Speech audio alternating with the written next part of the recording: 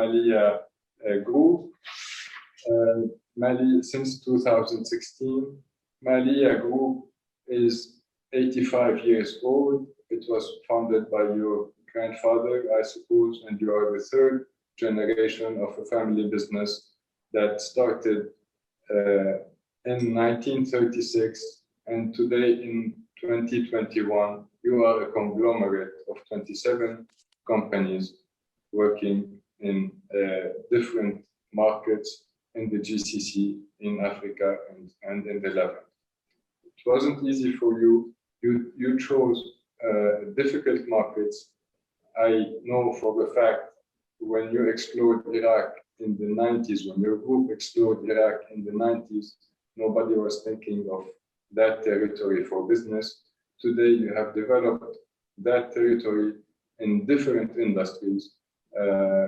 I would love to hear the story from you. Thank you, Ricardo, and good evening, everyone. So, as we all know, all ambitious and successful Lebanese business owners have no choice but to take their business global. In the past, it was because the local market is limited in size. Now, on top of that, it's because of the need to secure a source of foreign currency, a must to maintain the operation running, to secure needed investment budget, and go after one-time opportunities that are available during similar crises.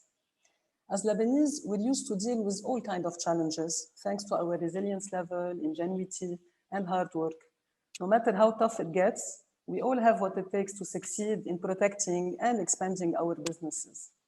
I mean, we all know that if you want to see a change for the better, you have to take things into your own hands.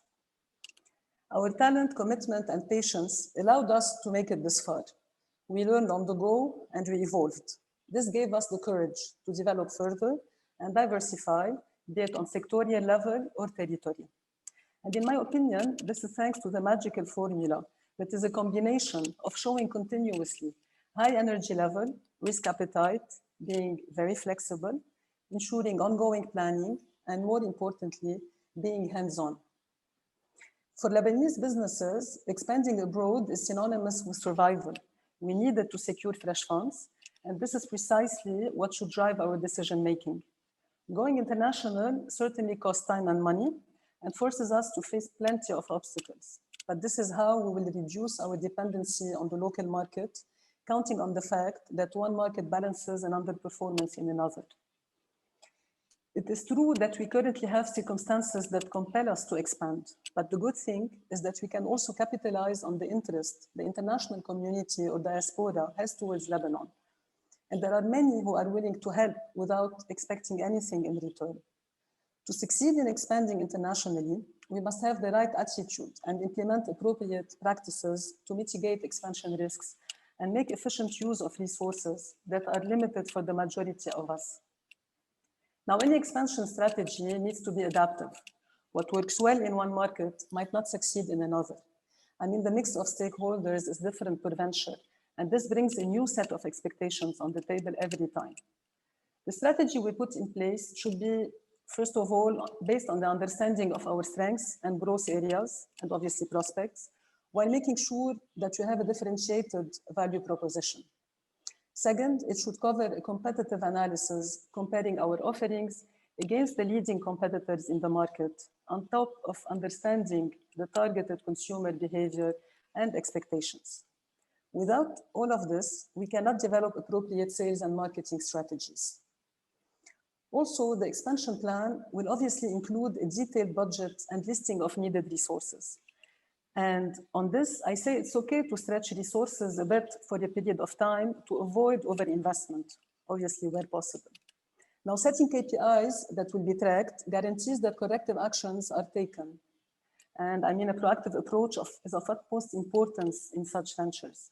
By kicking off the plan, a detailed timeline that all concerned will commit to needs to be developed.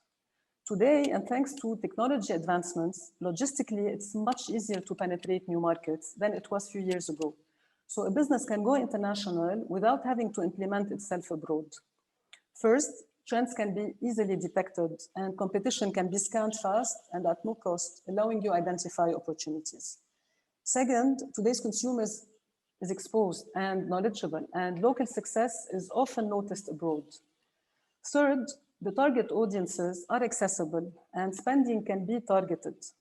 Fourth, the availability of platforms to export your products and services with no setup cost and matchmaking opportunities are much wider. I mean, there are many sites and even a lot of initiatives, webinars, and so forth who can do that. Finally, you can recruit locals on short or medium term, and these guys can work from home, so you do savings on overheads. For those that are now looking to expand and are ready to go after opportunities, I say jump into it. Start with the research phase, make use of your network, conduct analysis of the competitive landscape, gather insights on the target segment, and be familiar with the new market regulatory framework. This is essential to avoid spending over budget should you decide to seize the opportunity on hand. In our case, what we do next is joining forces with a local partner that complements us, that has the market understanding and suitable connections. On staffing level, we always have locals managing the business on the ground. Their behavior would be certainly always in line with the local culture. And finally, we always do whatever it takes to put the customer first, even if this means revising sometimes the offering, adapting labels, communication material. In our group, we have a cross-functional team that identifies, evaluates, and prioritizes opportunities. This led us a few years ago to a foreign expansion strategy that includes multi-level strategic plans. We started over 2 decades ago, aiming at growing beyond our frontiers and diversifying our businesses, so that whenever a sector or a market is hit by a crisis, we get to rely on another one. So some do not agree with this approach and believe that when you diversify, you do not focus and you dilute your efforts. But for us, it has only been beneficial so far. We either build on our sector expertise, leveraging on strengths, and in this case, you can start small and grow, or you acquire a business that has growth potential. The other alternative is venturing into a new sector.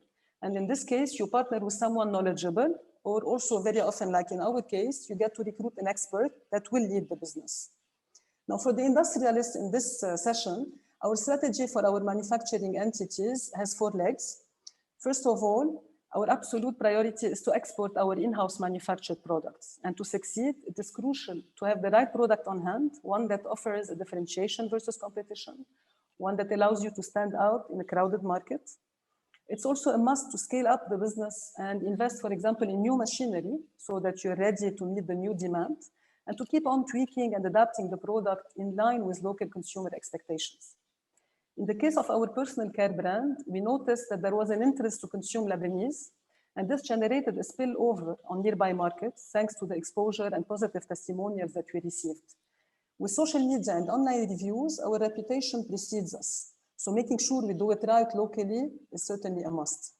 So summarizing what worked for us, I would say it is to be a first mover, offering products and customer service that are the first of their kind in a specific market. Now, to succeed in offline channels, you need to have the right distributor, the one that has your values and has the passion to execute plans with excellence. But distributorship is no longer sufficient. And with the repetitive lockdowns, the acceleration of the online business in our part of the world has been so obvious that we were motivated to allocate needed resources for our e-commerce unit for us to grab a substantial market share very quickly. In certain cases, there might be barriers to export finished product. And this is where one needs to be flexible and sell, for example, semi-finished products.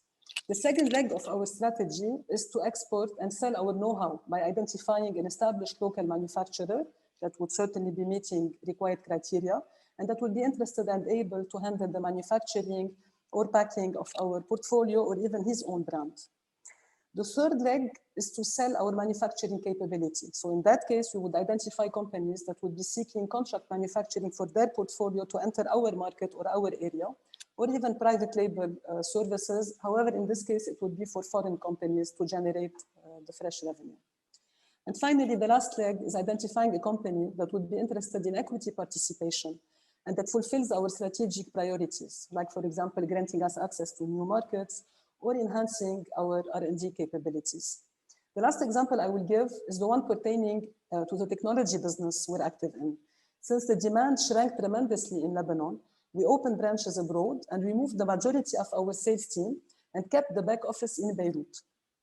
I will conclude by saying that the current crisis or expansion opportunities should not have us sacrifice our domestic activities. To those that feel that Lebanon has nothing to offer anymore, I say don't lose faith. And even though your next chapter in life might be abroad, keep on helping the Lebanese community by giving back whenever you have the chance to do so via sourcing made in Lebanon products, recruiting Lebanese talents, partnering with Lebanese businesses, or facilitating matchmaking opportunities for them. Thank you for listening.